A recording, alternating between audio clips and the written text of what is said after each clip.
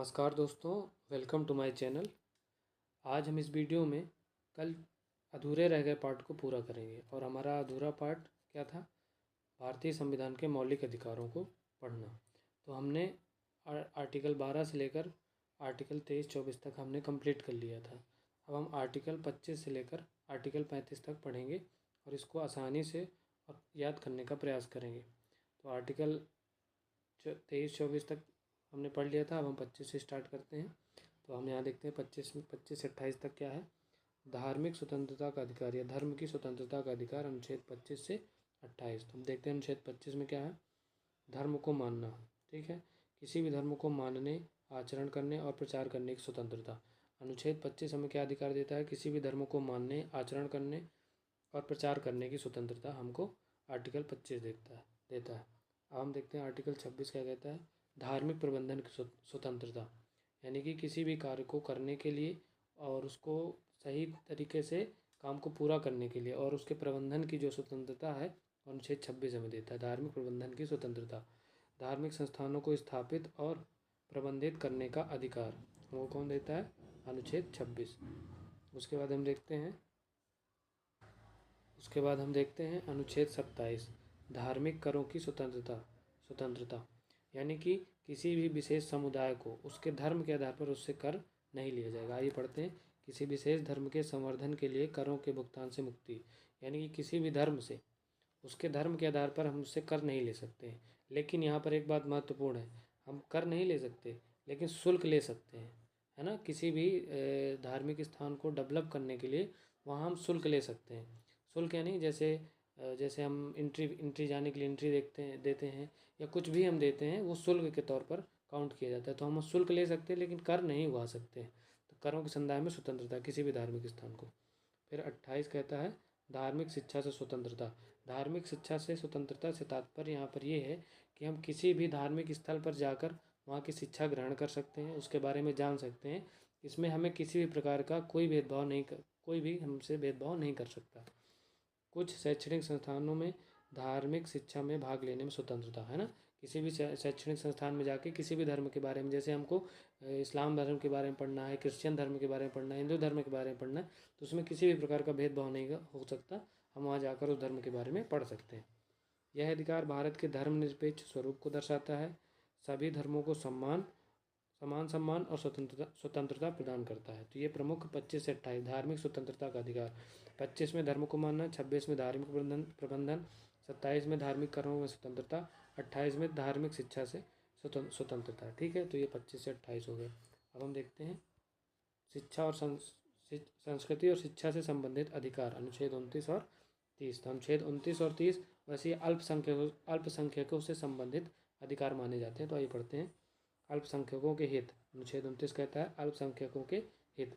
अल्पसंख्यक वर्गों को अपनी भाषा, लिपि और संस्कृति बनाए रखने का अधिकार। मतलब कोई भी अल्पसंख्यक है उसको अपनी भाषा, लिपि और संस्कृति को बनाए रखने का पूर्ण अधिकार है। यानी कि जैसे इस्लाम धर्म है, वो अपनी भाषा को, अपनी लिपि को, अपनी संस्कृति को बचा कर रख सकते हैं। पारसी हैं, ईसाई हैं और भी बौद्ध हैं, जैन हैं, ये सब अपनी संस्कृति और भाषा को बचा कर रखने के लिए इनको अधिकार देता है अनुच्छेद 29। फिर देखते हैं अनुच्छेद 30, शिक्षा संस्थानों का अधिकार। यानी कि कोई भी अल्पसंख्यक समुदाय ये अपने शिक्षण संस्थान खोल सकता है, वहाँ पर शिक्षण संस्थान खोल सकता है और वहाँ पर सरकार द्वारा उनको सब्सिडी के रूप में उनको ग्रोथ करने के लिए पैसा दिया जाता है। अब यहाँ पढ़ लेते हैं। अल्पसंख्यक वर्गों को अपनी पसंद के शिक्षा संस्थानों की स्थापना और प्रशासन करने का अधिकार अनुच्छेद 30 देता है। TMA पाई फाउंडेशन मामला ने इन अधिकारों की व्याख्या में महत्वपूर्ण भूमिका निभाई है। फाउंडेशन मामला जो आया था उसने इस महत्वपूर्ण भूमिका निभाई। ये अधिकार भारत की सांस्कृतिक विविधता और बहुलवादी समाज की रक्षा करता है। हमारा जो देश है उसमें प्रमुख रूप से बहुत सारे समुदाय पाए जाते हैं, बहुत सारे धर्म पाए जाते हैं। उनको अपनी सुरक्षा और स्वतंत्रता और उनके संस्थानों को चलाने के लिए जो अधिकार हमें मिले हैं वो अनुच्छेद 29 और 30 के तहत मिले हुए हैं। ये हो गया अनुच्छेद 29 और 30। फिर हम आ जाते हैं अनुच्छेद 32। जो अनुच्छेद 31 है उसको जो है 44वें संविधान संशोधन के तहत अनुच्छेद 300 का के अंतर्गत जोड़ दिया गया है। कौन से? अनुच्छेद 300 का के अंतर्गत इसे जोड़ दिया गया है। ठीक है, तो यहाँ से अब इसका संशोधन करके या इसको हटाकर अनुच्छेद 300 का में इसको जोड़ दिया गया है। ठीक है, तो 31 हटा दिया गया। अब अनुच्छेद 32 देखते हैं, संवैधानिक उपचारों का अधिकार। अनुच्छेद 32 सबसे महत्वपूर्ण है, संवैधानिक उपचारों का अधिकार देता है। इसका तात्पर्य यह है कि आपके किसी भी मौलिक अधिकार को यदि राज्य या कोई व्यक्ति या देश आपसे छीनने का प्रयास करता है, उन पर लगाम लगाने का प्रयास करता है, तो आप उनके आधार पर सुप्रीम कोर्ट या हाई कोर्ट जा सकते हैं।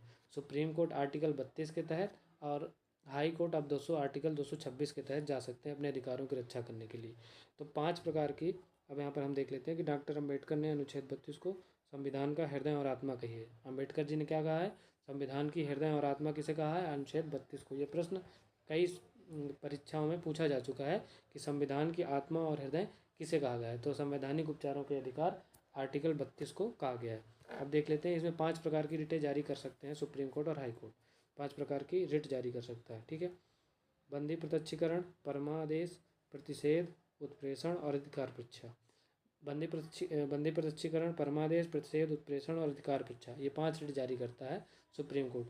इन रिट्स के बारे में हम अगले वीडियो में बहुत अच्छे से समझेंगे कि और रिट के बारे में कि ये रिट क्या होती हैं, इनको कैसे लागू किया जा सकता है। ठीक है, फिर हम देख लेते हैं अनुच्छेद 32 हो गया, संवैधानिक उपचारों के अधिकार। अनुच्छेद 23 बलों पर प्रतिबंध, है ना, 33 संसद सशस्त्र बलों के मौलिक अधिकारों को संशोधित कर सकती है ना। तो संसद क्या कर सकती है, सशस्त्र बलों के मौलिक अधिकारों को क्या कर सकती है, संशोधित कर सकती है। अनुच्छेद 34 क्या कहता है, सेना विधि लागू होने पर मौलिक अधिकारों पर प्रतिबंध संभव है। यानी कि किसी भी क्षेत्र में यदि मार्शल लॉ लगा हुआ है या सेना बल लगा हुआ है, सेना ने अपने अंडर में कर लिया है उसको, तो उस क्षेत्र में कुछ लोगों के मौलिक अधिकारों को नियंत्रित करने के लिए इस पर प्रयास किए जा सकते हैं अनुच्छेद 34 के तहत। यह अनुच्छेद मौलिक अधिकारों को लागू करने के लिए सर्वोच्च न्यायालय में जाने का अधिकार देता है। अनुच्छेद 35 संसद को इन अधिकारों को प्रभावी बनाने के लिए कानून बनाने की शक्ति देता है। अनुच्छेद 32 क्या कहता है कि 5 प्रकार की रिट जारी करता है और ये आपके मौलिक अधिकारों के हनन के लिए सुप्रीम कोर्ट, हाई कोर्ट जाने के लिए परमिशन देता है।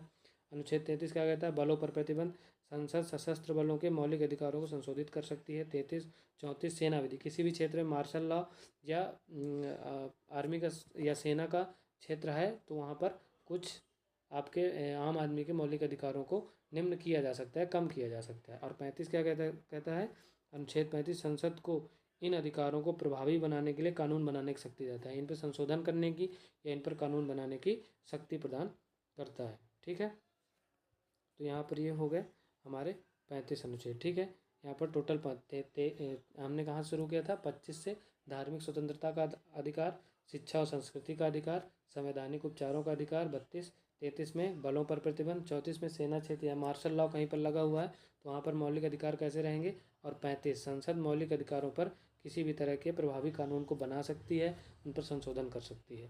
तो ये दोनों पार्ट आज कंप्लीट हो गए मौलिक अधिकार के। तो अगर आपको वीडियो अच्छा लगा हो तो उसको सब्सक्राइब करें, शेयर करें, कमेंट करें आपको कैसे वीडियो चाहिए और ज़्यादा से ज़्यादा लोगों तक इसे पहुंचाने का प्रयास करें।